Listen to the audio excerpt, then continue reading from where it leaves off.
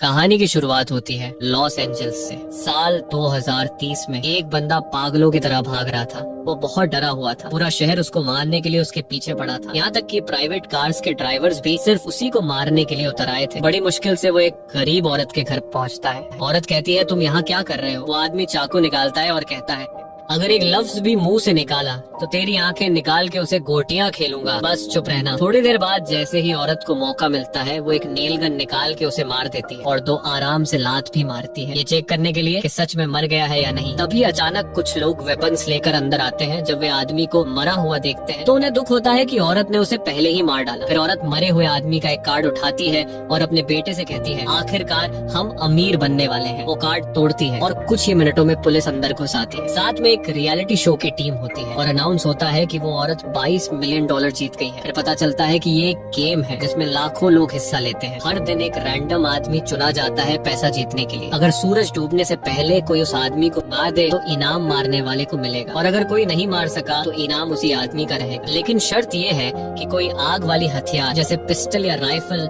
Use नहीं कर सकता। उसी दिन हमें एक लड़की दिखाई देती है, इसका नाम है कैटी। एक नाकाम एक्ट्रेस किस्मत आजमाने लॉस एंजलिस आई है ऑडिशंस के लिए। उसके साथ बैठी औरत कहती है, तुम बड़ी मासूम लगती हो, अपना ख्याल रखना बेटा, यहाँ लोग चोर हैं। कैटी कहती है, शुक्रिया नसीहत का, आप बहुत अच्छी लेडी हैं। औरत उसका हाथ पकड़ती है और कहती है, ऐसा मत कहो, तुम मेरी बेटी जैसी हो। चलो अब मैं यहाँ उतरती हूँ, गुड बाय। थोड़ी देर बाद कैटी जब अपनी कलाई देखती है तो वह शॉक हो जाती है कि उस औरत ने उसकी घड़ी चोरी कर ली। कहती है वो औरत चोर है। वह अपने ऑनलाइन बुक किए हुए कमरे में पहुँचती है। कमरे को देखकर वह परेशान हो जाती है क्योंकि जो कमरा मोबाइल पर उसने देखा था वह तो बिल्कुल अलग निकला। कमरे की मालकिन कहती है, हम अलग अलग फोटोज का इस्तेमाल करते हैं ताकि ग्राहक को फंसा सके। जैसे ही कैटी बेड पर बैठती है तो बेड नीचे गिर जाता है, लेकिन वो मजबूर थी क्योंकि इस कमरे का किराया सस्ता था। उसके बाद एला का मंगेतर आता है और एला से कहता है, देखा कल का इवेंट, कल लॉटरी का इनाम होगा $600 मिलियन। ये सुनकर कैटी हैरान हो जाती है कि ये कैसा मुकाबला है। उसके बाद वो कहती है, मेरा दिमाग मत खाओ, कमरे की चाबी दो, मुझे सोना है। वो लोग चाबी देते हैं और कैटी जाके सो जाती है। अगले दिन सुबह कैटी उठती है तो चेहरे पे पानी टपक रहा होता है। जब वह छत की तरफ देखती है तो पता चलता है कि ऊपर वाले पड़ोसी का वॉशरूम है और जिन कपड़ों में ऑडिशन देना था वो भी खराब हो गए। वो एला को कॉल करती है, ये क्या बकवास है, उठती हूँ तो लोग मेरे ऊपर पेशाब कर रहे होते हैं, कपड़े भी खराब हो गए। एला कहती है, परेशान मत हो, मेरे कपड़े पहन लो, कमरे की अलमारी में रखे हैं। कैटी सच में वही करती है और ऑडिशन के लिए निकल जाती है। अब सिर्फ आधा घंटा रह गया है ऑडिशन के लिए। जैसे ही वो ऑडिशन वाली जगह में एंटर होती है, वो देखती है कि वहाँ और भी लड़कियां ऑडिशन देने आई हैं।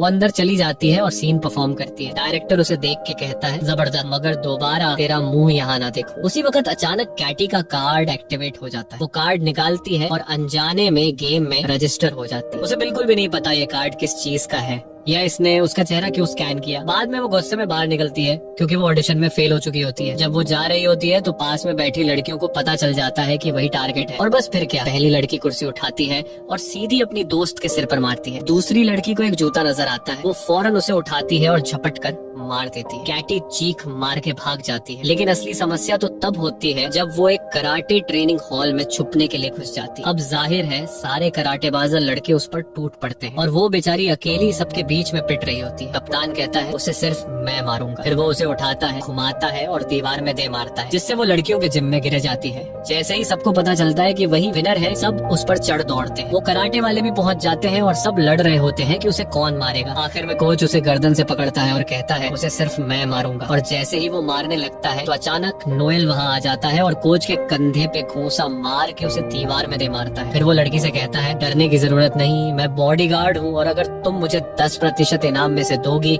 तो मैं तुम्हें बचा लूंगा। उसने कहा, ठीक है भाई, तुम्हें पूरा इनाम भी दे दूंगी, बस बचा लो। नोएल उसे अपनी कमर से बेल्ट के जरिए बांध लेता है ताकि उसे बचा सके। फिर वह सारे दुश्मनों को मार गिराता है। तब एक कमजोर सा लड़का आता है। नोएल उसे कहता है, देख, अगर मैंने तुझे मारा तो मुझे ही तरस आ जाएगा, 3 तक गिनती करूंगा, अगर नहीं भागा तो तू गया। वह लड़का तुरंत बोला, अरे सर, सलाम है आपको, और भाग जाता है। फिर वह दोनों बिल्डिंग से निकलते हैं और पता चलता है कि हर 15 मिनट बाद एक ड्रोन उसे ट्रैक कर रहा है ताकि बाकी प्लेयर्स को उसका लोकेशन मिलता रहे। उन्हें एक गाड़ी मिलती है, वो उसे लेकर वहाँ से फरार हो जाते हैं। लड़की नोएल से कहती है, ये कैसी गेम है जिसमें लोग मुझे मारने के पीछे पड़े हैं, मुझे इस गेम से निकलना है, कोई ना कोई हल निकालो। नोएल कहता है हल सिर्फ एक है, तुम्हें शहर के लोगों से बचना होगा। अगर तुम निकलोगी तो मैं भी अपने 10% से हाथ धो बैठूंगा। लेकिन फिर उसे शक होता है कि नोएल शायद उसे मार दे और खुद इनाम ले ले। पूरा शहर उनके पीछे होता है। वो दोनों सेफ्टी हेलमेट पहन लेते हैं। तभी अचानक गाड़ी में एक लड़की घुस जाती है। वो चाकू निकालती है और उसे मारने की कोशिश करती है। नोएल कहता है तुम गाड़ी चलाओ, मैं इसे देखता हूँ। फिर लड़की के सर को जोर से पकड़ता है। नोएल उसे एक जोरदार लात मार के गाड़ी से बाहर फेंक देता है, लेकिन आगे चलकर गाड़ी खराब हो जाती है और लड़की नीचे उतरती है और भागने लगती है। नोएल उसे पकड़ लेता है। वो कहती है सच सच बताओ,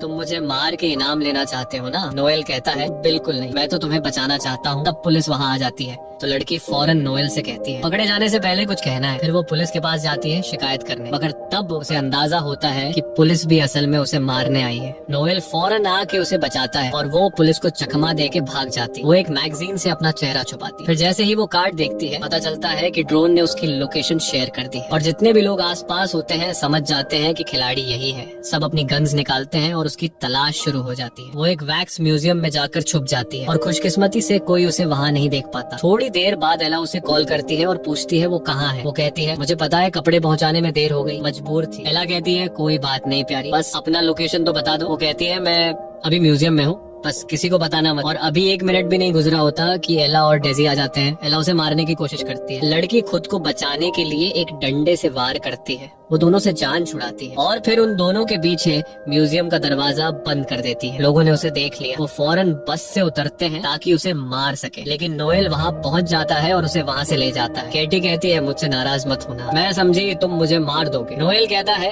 अब ये नाराजगी का वक्त नहीं, 3 मिनट बाद ड्रोन फिर से लोकेशन देगा, सब नीचे आ जाएंगे। कैटी कहती है कि हमें कोई बम प्रूफ पनाहगाह चाहिए जहाँ हम छुप सकेंगे। नोएल कहता है मिल गई। वो लोग एक बंदे जैक के पास जाते हैं जिसके पास अपने घर में एक सीक्रेट शेल्टर होता है, लेकिन जैक समझता है कि ये लोग चोर हैं और घर लूटने आए हैं। नोएल उसे समझाता है भाई चोर दरवाजे से आते हैं क्या? इतने में पीछे से एक बस आ जाती है जो लोगों से भरी होती है। टाइम कम होता है तो वो लोग जैक को धमकी देकर अंदर घुस जाते हैं। उसे शेल्टर का पासवर्ड मांगते हैं और जैसे ही वो अंदर जाते हैं लोग घर पर हमला कर देते हैं। तो कैटी जैक को तीर मार देती है ताकि वो बेहोश हो जाए और किसी को पासवर्ड न बता सके। और अब नोएल और कैटी आपस में बात करने लगते हैं। कैटी अपनी नाकाम एक्टिंग की कहानी सुनाती है और कहती है कि अब मेरा कोई भविष्य नहीं। फिर वो नोएल से पूछती है कि तुम हमारी मदद क्यों कर रहे हो? नोएल कहता है कि मेरे लिए सबसे अहम है लोगों की जान बचाना, पैसे मेरे लिए कुछ मायने नहीं रखते। इतने में एला और डीजी भी वहाँ पहुँच चुके होते हैं। एला जैक को उठाती है और मारने लगती है ताकि वो होश में आए। फिर उसे उठाकर स्विमिंग पूल में फेंक देती है। वो होश में आ जाता है और एला उससे पासवर्ड ले लेती है। नोएल और कैटी अंदर बहुत डर जाते हैं। नोएल एक दोस्त को कॉल करता है और कहता है कि इन सब लोगों के मोबाइल हैक करके उड़ा दो। दोस्त वाकई फोन्स को हैक करता है और ब्लास्ट कर देता है। सब जख्मी हो जाते हैं। ये मौका देखकर नोएल और कैटी वहाँ से निकल जाते हैं, लेकिन नोएल देखता है कि एक आदमी जल रहा है। वो पानी डालता है और अपने पैर से आग बुझाने की कोशिश करता है। वो आदमी कहता है कि भाई आराम से, मेरी टांग तोड़ दी तुमने। बाहर निकलते ही उनका सामना एक बख्तरबंद गाड़ी और ट्रेन गार्ड से होता है। गार्ड्स कहते हैं कि कैटी हमारे साथ चलो वरना हम तुम्हारी लाश ही ले जाएंगे। कैटी कहती है कि ठीक है, लेकिन मेरा बॉडीगार्ड भी साथ जाएगा। गार्ड्स वहाँ जाते हैं और वो सब गाड़ी में बैठ जाते हैं। कैटी कंफ्यूज रहती है कि आखिर वो लोग जा कहाँ रहे हैं। गाड़ी उन्हें एक एजेंसी के हेडक्वार्टर ले जाती है जहाँ उनकी मुलाकात लुइस से होती है जो एजेंसी का लीडर है। लुइस कहता है कि मैं हैरान हूँ कि तुम अब तक जिंदा कैसे हो। अक्सर लोग तो 15 मिनट में मर जाते हैं, लेकिन तुम सेफ हो। यहाँ तुम्हारी हिफाजत मेरी जिम्मेदारी है, लेकिन मुझे इनाम का 30% चाहिए। कैटी उसकी बात मान लेती है। फिर वे सब मेडिकल चेकअप के लिए क्लिनिक जाते हैं ताकि अपने जख्मों का इलाज करवा सके। इस दौरान कैटी नोएल को अपनी कहानी सुनाती है। वो कहती है मेरे पापा ने मुझे छोड़ दिया, मम्मी बीमार है, तभी से मैं कोई भी काम करती हूँ ताकि इलाज के पैसे जमा कर सकूँ। मैं यहाँ सिर्फ ऑडिशन देने आई थी, लेकिन वो भी फेल हो गया। नोएल कहता है मैं एक वक्त फौजी था और लुइस जो अभी बाहर है वो मेरी टीम में था। एक बार मैंने एक मिशन से इनकार कर दिया जिसकी वजह से पूरी टीम मर गई, बस लुइस बचा और तभी से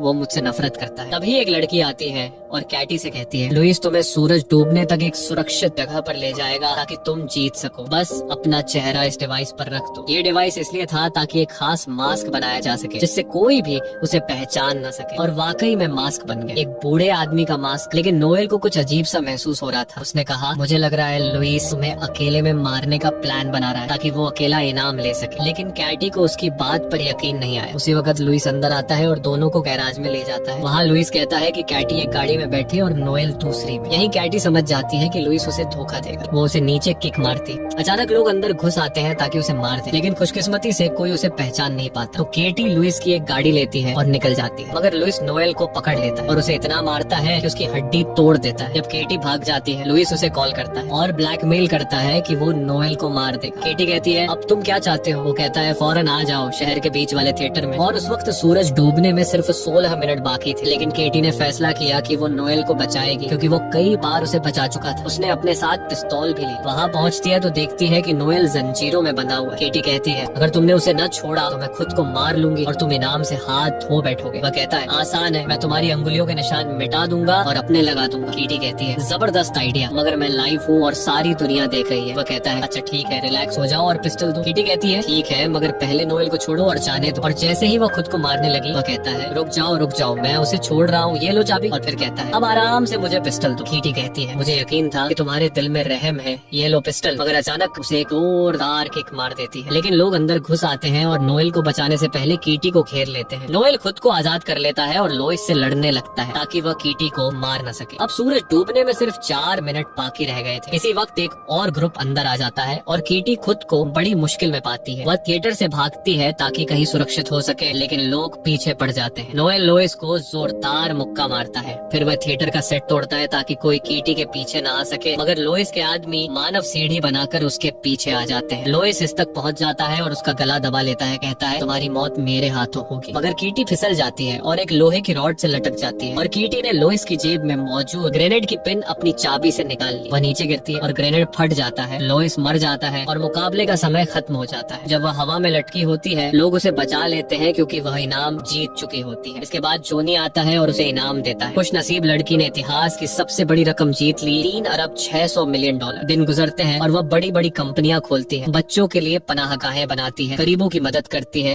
और सबसे खूबसूरत बात, उसने नोएल से शादी कर ली और उसके साथ खुशहाल जिंदगी बिताने लगी।